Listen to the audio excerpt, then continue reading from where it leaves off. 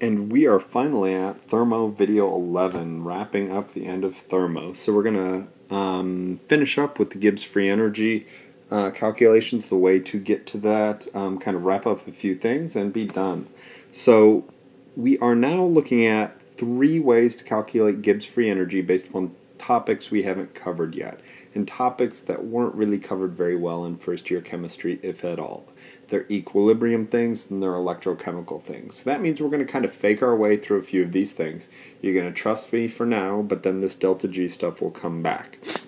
So an equation which is given on the periodic tables right here, delta G equals negative RT ln of K. A lot of time that's called the rat-link equation. So there's a couple of variables in there, there's a couple constants in there, but it's just another way to solve for delta G. There are multiple R's on the equation sheet. You need to be looking at what you're trying to do, what you're trying to solve for. This time we're trying to solve thermodynamic things, so we want things in terms of joules, moles, and Kelvin. We've got our temperature that has to be in Kelvin. We've got K, which is an equilibrium constant. And there's going to be tons more of equilibrium stuff yet to come in future topics. So I'm just going to give a very brief overview of this. But it says K is the ratio of products to reactants, so K equals P maybe to some exponent over R maybe to some exponent. It says coefficients as exponents. We'll look at this again with the next equation, the Q value, but it's products over reactants.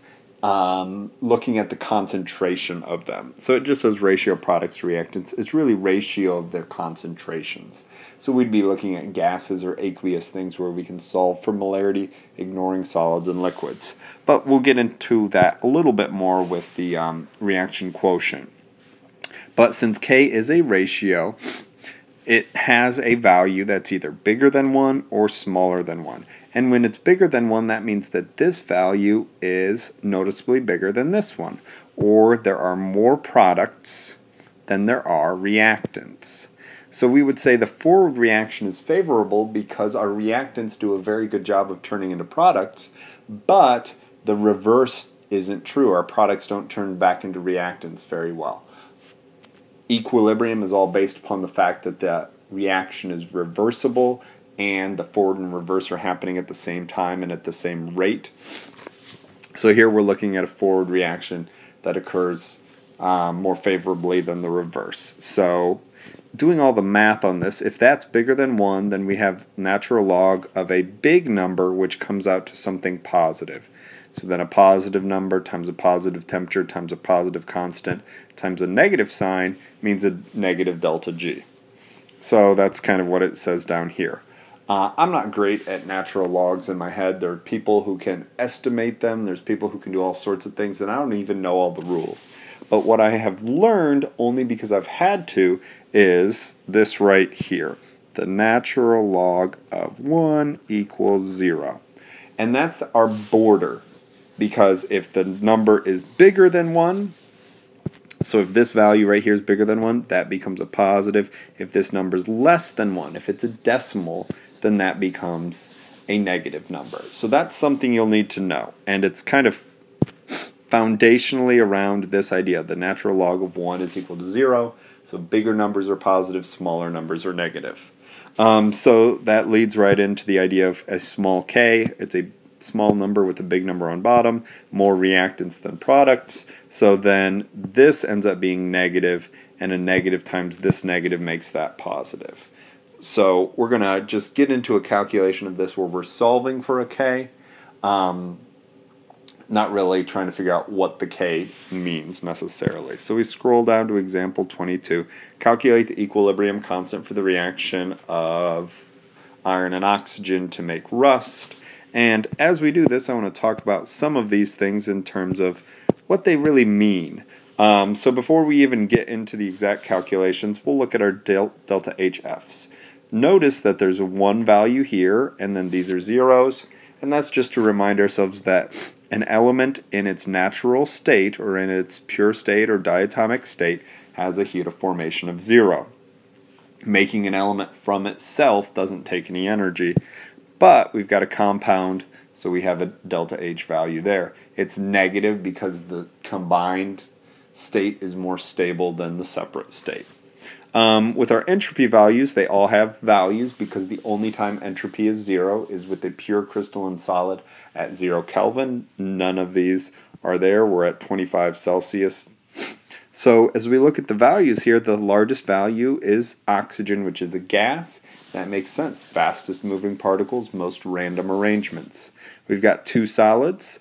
The solid, which is just one element, has a lower value than the compound because it's less complex, so less possible arrangements of it, also fewer electrons. So if we're trying to get to an equilibrium constant, that means we have to solve for K, and there's no equation that directly has delta H or S in with a K, so we're going to have to get to a delta G. So that's the first step here. So this problem actually has several parts to it, like which one was like that? The first example, so I guess example 19 under enthalpy and entropy was this. This is putting that together with something else. So zooming in just a little bit so we do our work. The first thing I want to solve for is my delta H. So delta H is products minus reactants. So my products are the iron oxide. I've got two of those at negative 826. There are no reactants in values. There are reactants. But that tells me negative 1652 kilojoules per mole reaction is my delta H. My delta S will have a little bit more to it. It's 2 times 90. Those are my reactant, or my product, minus 4 times 27. There's the iron plus 3 times 205. There is the oxygen. So then we got to get a value for that. Scroll over just a little bit so we can write it in. Negative 543 joules per mole Kelvin. So I'm going to put both the rest of those units in just so we remind ourselves of what they are. Kilojoules per mole, joules per mole, Kelvin. And then we'll look at this in terms of delta G. We've got our two values there. So delta G equals negative 1652. So I'm choosing to keep that the same in kilojoules minus the temperature, 298, once converted to Kelvin, times negative 0.543. I change those joules to kilojoules. So doing all of that, we've got an exothermic thing, so that's favorable. This one decreases entropy, so less favorable. But this is significant, whereas this is fairly small. When we do the math on that, we get a value, and that value is negative 1490 kilojoules per mole reaction. Need a little more space there. Kilojoules per mole. I'll even put the reaction there. So we have delta G. We're trying to solve for K, so then we just need some space to be able to plug this into the equation here. Delta G equals negative rat link RT ln K, negative 1490 equals, the R here is in joules per mole Kelvin. So what I'm actually going to do here is I'm going to change this to joules just to make it a little bit easier. So 3 zeros. So we have 1.49 million equals negative 8.314 times 298 times the natural log of K. So what this ends up as is that negative 1.49 times 10 to the 6th over negative 8.314 times 298, not exactly sure what those are equal to, is the natural log of K. And to get that all by itself, what we have to do is do e to each side. And hopefully you're familiar enough with logs to do that. That's the other thing I know about logs, or I had to learn about logs, is how to undo them. And it's by doing e. So this right here, I've plugged this into my calculator, this negative 1, that should be a decimal point the way I changed it up, I guess. So sorry about that, negative 1. Come on, erase. It does not want to erase, sorry. So I'll just make that, that's a dot. Negative 1.49 million over negative 8.314 over 298. That ends up equaling 601.4. And this one's really weird. When I plug it into my calculator, it does not come out correct. It just shows an error. So I would be very, very surprised if you had to solve for something exactly like this on the AP exam, because calculators are going to have an error. But you could be asked, is K going to be big or small? And in this case, K is huge. 1.53 times 10 to the 261st. So that just means that in terms of this reaction, as it's going on, the product, it's so much more likely that the products form from the reactants than the reactants from the products, that we would almost consider it an irreversible equation. But when you go to do this math here, it may not show up in your calculator as this. It may show up as error. I had to Google that, and I kind of trusted it was true because it was close to the answer that I thought it should be. But probably not something you'd ever have to do. So a couple things in there, and let me zoom this to look at everything all together. So this would be a great multi-part AP question. Find a delta H, find a delta S, maybe explain the relative values. Why are these zeros, but why are these not zeros? How do we know that this would be smaller than this, or why is this smaller than that? Good conceptual stuff to tie in. Then you solve for your delta G, and then probably wouldn't solve for K, but is K going to be greater than or less than 1? How do you know? And you can do some math there, and maybe even comparing this K to a K for something you can calculate. So very easy. If you have K, you plug it in, you get delta G. If you have, you could probably solve for at what temperature is this the equilibrium constant, if this is the value for delta G, but you're not going to see that a lot. It's solving for delta G or solving for K. The next thing's reaction quotient. And reaction quotient is the exact same concept as equilibrium constant.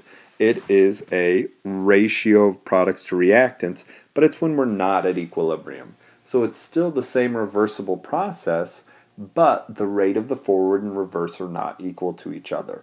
So in some ways it doesn't change what we're doing, in other ways it does, because we are not at that place where we're at equilibrium, where the rates are equal. So we would compare the standard delta G with this. This equation, and let me check here, this equation I believe is given as well. I haven't seen tons of times where you're asked to calculate with this, but it is something that's very important to practice. So we've got the other variables here, natural log this and this. This is standard conditions, the naught, whereas this is in our current conditions, what's delta G. So it talks about carbon monoxide and hydrogen turning into methanol with a standard G, or a standard free energy of formation as, I guess that would technically be a formation because it's not elements in the compound. So just a standard delta G naught of reaction of negative 29 kilojoules per mole. So products are favored, K is positive. But calculate delta G at 25 if we didn't have the equilibrium amounts. So here it says using pressures for gases and molarities for solutions, ignore liquid and solids, coefficients become exponents. So I'm going to use all of those concepts to show you what Q means. So Q is the ratio of products over reactants, which is CH3OH, over CO and H2, and because there's a coefficient of 2, it gets squared. But because CH3OH, because methanol is a pure liquid, it doesn't have a concentration, it doesn't have a pressure. But CO does. It has a pressure of 5 atmospheres. Hydrogen has a pressure, in this case, of 3 atmospheres. So when we do that, our Q is 1 over 45. You would have to be, for our Thermo test, you would have to be maybe solving for Q or told more information about this. Later on, once we've learned more about equilibrium, you'd be responsible to do this. But for our purposes right now, I'm just kind of showing this so that we can move on and understand what types of things you'd have to do. So I'm going to scoot over here and make a little bit more room. So my delta G is equal to the delta G naught, negative 29. And I'm going to change that to 2900 joules. I like to change it to joules whenever the R is involved. You can always change R to kilojoules, but I don't like decimals. I prefer things to be whole numbers or big numbers whenever possible. So that's why I change everything to joules instead of changing the R value to kilojoules.